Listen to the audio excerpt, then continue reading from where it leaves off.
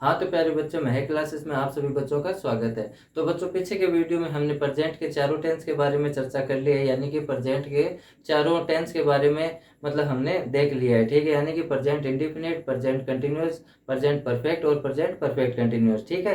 तो आज जो हमारा टॉपिक है वो है पास्ट इंडेफिनिट टेंस का। आज अपन पास्ट इंडेफिनिट टेंस के बारे में बात करेंगे कि ये टेंस हमें क्या बताता है, ठीक है। तो चलो आओ देखते हैं। तो देखो बच्चों, पास्ट इंडेफिनिट टेंस की अगर बात करी जाए तो इसका जो यूज है यानी कब होता है, ठीक है। सबसे पहले तो आपको ये बात ध्यान रखनी है। तो इसका यूज तब होता है यानी कोई एक्शन पास्ट में शुरू हुआ, यानी कोई काम या कोई क्रिया जो है वो पास्ट में शुरू हुई और पास्ट में ही कंप्लीट हो गई, ठीक है।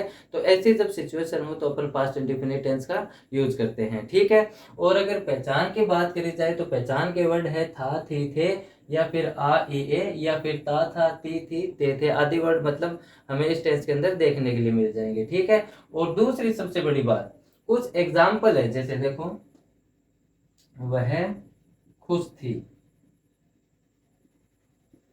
या फिर राम बीमार था। इन दो एग्जाम्पल्स को आप जरा ध्यान से देखो, ठीक है ना। पहचान के वर्ड अगर देखे जाए तो देखो थी या फिर सेकंड वाक्य में था वर्ड, ये आ रहे हैं, ठीक है ना। लेकिन अगर आप इन मतलब एग्जाम्पल को ध्यान से देखो तो इसमें कोई क्रिया नहीं आ रही है, यानी कोई काम या एक्शन नहीं आ रहा है। ना तो फर्स्ट सेंटेंस में आ रहा है, ना ही सेकंड सेंटेंस में आ रहा है। बस एक बात करी जा रही है कि वह खुश थी, ठीक है। या फिर सेकंड जो वाक्य है, राम बीमार था। तो ऐसे सिचुएशन के अंदर आपको क्या यूज लेना है, वॉज या फिर वर का यूज लेना है, ठीक है। ये बात आपको इस टेंस के अंदर जरूर ध्यान रखनी है, क्योंकि इसमें दो कैटेगरी आ जाती है। यानी कि एक तो वो कि जिसमें वर्ब ना हो, ठीक है ना, यानी एक्शन ना हो, क्रिया ना हो। और सेकंड में मतलब ये वर्ड जरूर आएंगे, ये देखने के लिए मिलेंगे, लेकिन मतलब था, थी, थे वर्ड देखने के लिए मिलेंगे, लेकिन क्रिया उसके साथ जुड़ी हुई होगी। तो जिसमें क्रिया ना जुड़ी हुई हो, यानी जिसमें एक्शन ना हो, तो हमें हेल्पिंग वर्ब क्या यूज लेनी है, वाज या वर। तो इन सेंटेंस का जो पैटर्न है वो क्या बनेगा, सब्जेक्ट, वॉज या वर, फिर ऑब्जेक्ट, यानी ये पैटर्न बनेगा, ठीक है ना। तो अब इस एग्जांपल को देखो, सबसे पहले सब्जेक्ट चाहिए, तो वाक्य में सब्जेक्ट कौन है, वह खुश थी, यानी लड़की है, तो शी, ठीक है। फिर हमें वाज या वर का यूज करना है, तो याद रखो, सिंगुलर सब्जेक्ट हो तो हमें वाज लगाना है, और प्लूरल सब्जेक्ट हो तो हमें वर लगाना है, ठीक है। तो सी क्या है, सिंगुलर सब्जेक्ट है, तो इसके साथ हेल्पिंग वर्ब क्या आएगी, वॉज, ठीक है। फिर चाहिए ऑब्जेक्ट, अगर मतलब वो थी, वह थी, तो क्या, खुश यानी हैप्पी, तो सी वॉज हैप्पी, ठीक है। इसी प्रकार सेकंड वाक्य देखो। अब इस सेकंड वाक्य में सब्जेक्ट कौन है, राम, ठीक है। और उसके बाद हमें वॉज वर्ब चाहिए, तो राम इसमें सिंगुलर सब्जेक्ट है, तो हेल्पिंग वर्ब इसके साथ भी क्या आएगी, वॉज। तो राम वॉज, अब क्या था वो, बीमार, तो ये हो जाएगा ऑब्जेक्ट, तो इज। तो इस टाइप की कैटेगरी को आपको ध्यान रखना है, यानी कि इस टाइप के सेंटेंस को आपको ध्यान रखना है, क्योंकि ये मतलब टू बी वाले सेंटेंस आ जाते हैं, ठीक है ना। यानी ये जो वाज या वर है, इसमें जो यूज हुई है वो टू बी फॉर्म के रूप में है ये, ठीक है। अब अपन बात करते हैं आगे, ठीक है। तो देखो बच्चों, पहचान के वर्ड मैंने आपको बता दिए हैं। इस टेंस की अगर हेल्पिंग वर्ब की बात करी जाए तो हेल्पिंग वर्ब क्या आती है, डिड आती है। और क्रिया की बात करी जाए तो इसमें वर्ब की सेकंड फॉर्म यूज होती है और वर्ब की फर्स्ट फॉर्म भी यूज होती है।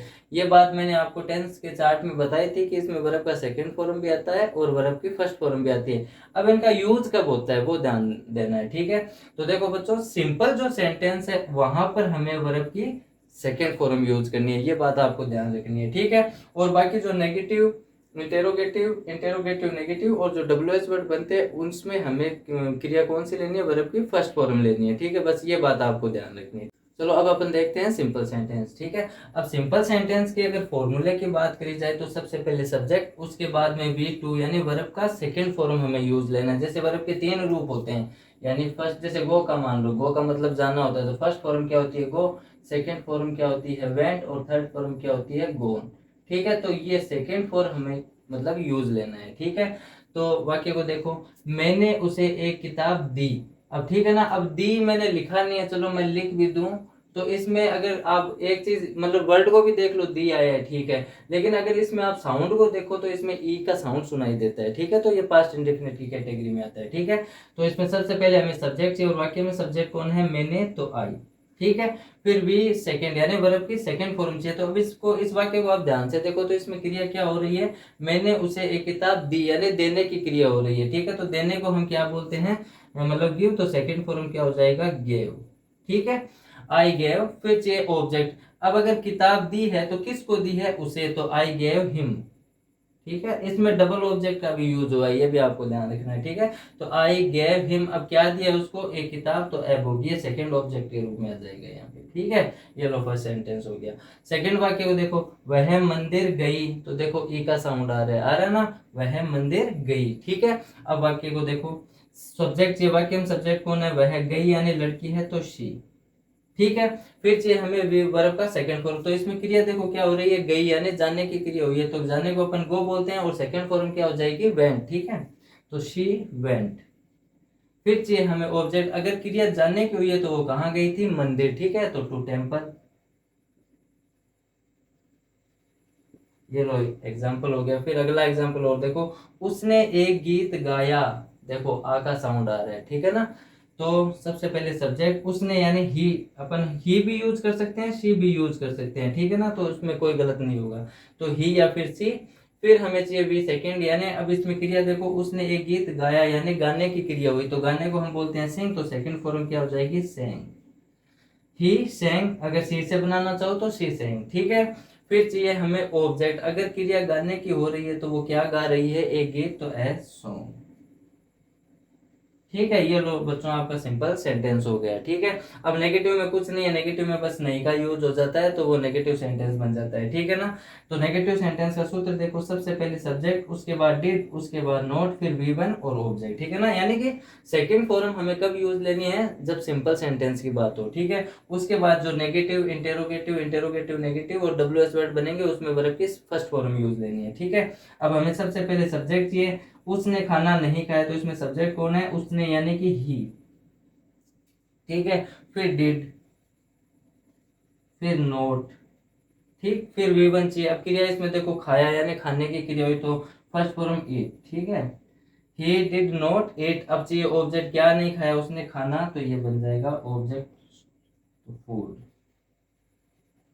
ठीक है, ये लो आपका नेगेटिव सेंटेंस हो गया। एक एग्जांपल और देखो, वह स्कूल नहीं गया, तो देखो या का साउंड आ रहा है ना। ठीक है, तो वह ही। फिर हमें चाहिए डिड, उसके बाद नोट, ही डिड नोट, फिर वी वन यानी क्रिया, क्रिया क्या हुई, गया यानी जाने की क्रिया हुई, तो गो, ही डिड नोट गो, वह नहीं गया। अब चाहिए ऑब्जेक्ट, कहाँ नहीं गया, स्कूल, तो टू स्कूल। ठीक है, ये लो आपका नेगेटिव सेंटेंस भी हो गया। अब अपन बात करते हैं इंटेरोगेटिव सेंटेंस की। तो इंटेरोगेटिव अपने हमने पीछे के चार मतलब टेंस किए, तो इंटेरोगेटिव में क्या होता है, हेल्पिंग वर्ब पहले आ जाती है। ठीक है ना, तो क्या उसने एक पत्र लिखा था, तो देखो था वर्ड आया, लेकिन ये वाला सेंटेंस नहीं है, यानी इसमें क्रिया नहीं थी, एक्शन नहीं था, लेकिन इसमें देखो लिखा था, लिखने की क्रिया हुई है, फिर उसके साथ था वर्ड आया, तो ये पास्ट इंडेफिनिट की कैटेगरी में आता है। ठीक है, तो देखो डिड चाहिए हेल्पिंग वर्ब। ठीक है, अब इसमें क्या है ना, डिड मतलब अकेली हेल्पिंग वर्ब है, तो इसमें सिंगुलर प्लूरल वाली वो टेंशन वाली बात नहीं है कि किसके साथ मतलब क्या लगाना है, तो ये अकेली हेल्पिंग वर्ब है, तो इसमें वाक्य डिड से स्टार्ट होगा। ठीक है, फिर सब्जेक्ट, उसने, तो ही, डिड ही, फिर वी वन यानी क्रिया, क्या क्रिया हुई, लिखा था यानी लिखने की क्रिया हुई, तो डिड ही राइट। ठीक है, फिर चाहिए ऑब्जेक्ट, अगर लिखा था तो क्या, एक पत्र, तो ए लेटर। और लास्ट में क्या जाएगा, question mark. Did he write a letter, क्या उसने एक पत्र लिखा था, क्या वह यहाँ आया। ठीक है, तो डिड ही यानी पहले हेल्पिंग वर्ब डिड, उसके बाद सब्जेक्ट ही, फिर वी वन यानी क्रिया का पहला रूप, क्रिया क्या हुई, आया यानी आने की क्रिया हुई, तो कम, फर्स्ट फॉर्म चाहिए, तो कम, डिड ही कम। फिर चाहिए ऑब्जेक्ट, अगर आया तो कहाँ, यहाँ, तो हियर। ठीक है, फिर लास्ट में बचा क्या, question mark. Did he come here, ये लो आपका इंटेरोगेटिव सेंटेंस भी हो गया। अब इंटेरोगेटिव नेगेटिव में कुछ नहीं है, बस 3 नंबर नोट का यूज हो जाता है। देखो नोट को अगर अपन गायब करें तो सेम फॉर्मूला बन जाता है, 3 नंबर पे नोट लग जाता है। ठीक है, क्या उसने ताजमहल नहीं देखा। ठीक है, तो डिड, फिर सब्जेक्ट उसने यानी कि ही, सी भी यूज कर सकते हो, कुछ भी यूज कर लो। ठीक है, डिड ही या फिर सी, फिर नोट, फिर वी वन यानी क्रिया का पहला रूप। अब देखो क्रिया इसमें क्या हुई, देखा है ना, देखने की क्रिया हुई, तो देखने को हम क्या बोलते हैं, शी। ठीक है, फिर चाहिए ऑब्जेक्ट, अगर देखने की क्रिया हुई तो क्या देख रहा है उसने, ताजमहल, तो दे ताजमहल।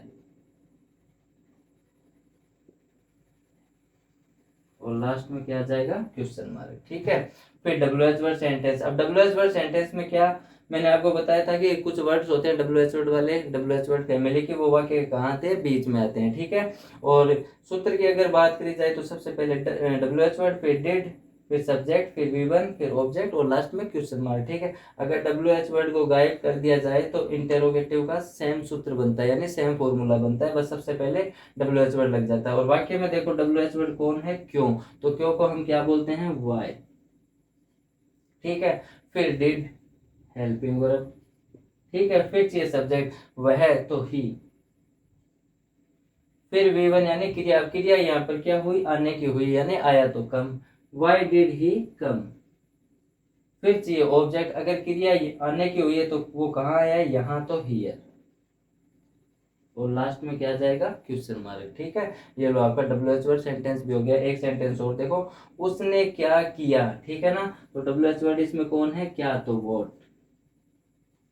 फिर हेल्पिंग वर्ब क्या आ जाएगी, डिड, व्हाट डिड।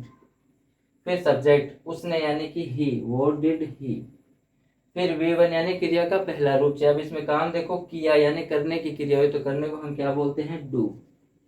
ठीक है, फिर चाहिए ऑब्जेक्ट, अगर किया है तो उसने क्या करा है, मतलब ऑब्जेक्ट इसका आया नहीं है, तो व्हाट डिड ही डू। और लास्ट में क्या आ जाएगा, क्वेश्चन मार्क। ये लो बच्चों, आपका WH वर्ड सेंटेंस भी कंप्लीट होता है और इसके साथ आपका जो पास्ट इंडेफिनिट टेंस है वो भी कंप्लीट होता है। तो बच्चों ज्यादा कंफ्यूज होने की जरूरत नहीं है, ज्यादा घबराने की जरूरत नहीं है। बस किसी भी चीज को अगर आप अच्छे से समझते हो, अच्छे से देखते हो, उसको अच्छे से करते हो, तो हर चीज का मतलब सॉल्यूशन होता है। तो बच्चों इस टेंस को आपको अच्छे से देखने की जरूरत है। सब मतलब जितने भी 12 टेंस है, यानी 12 टेंस है टोटल, तो 12 टेंस में से ये सबसे इजी टेंस है। ठीक है, तो अच्छे से पढ़ो, अच्छे से देखो, जरूर सीख जाओगे। मिलेंगे नेक्स्ट वीडियो में, तब तक के लिए बाय।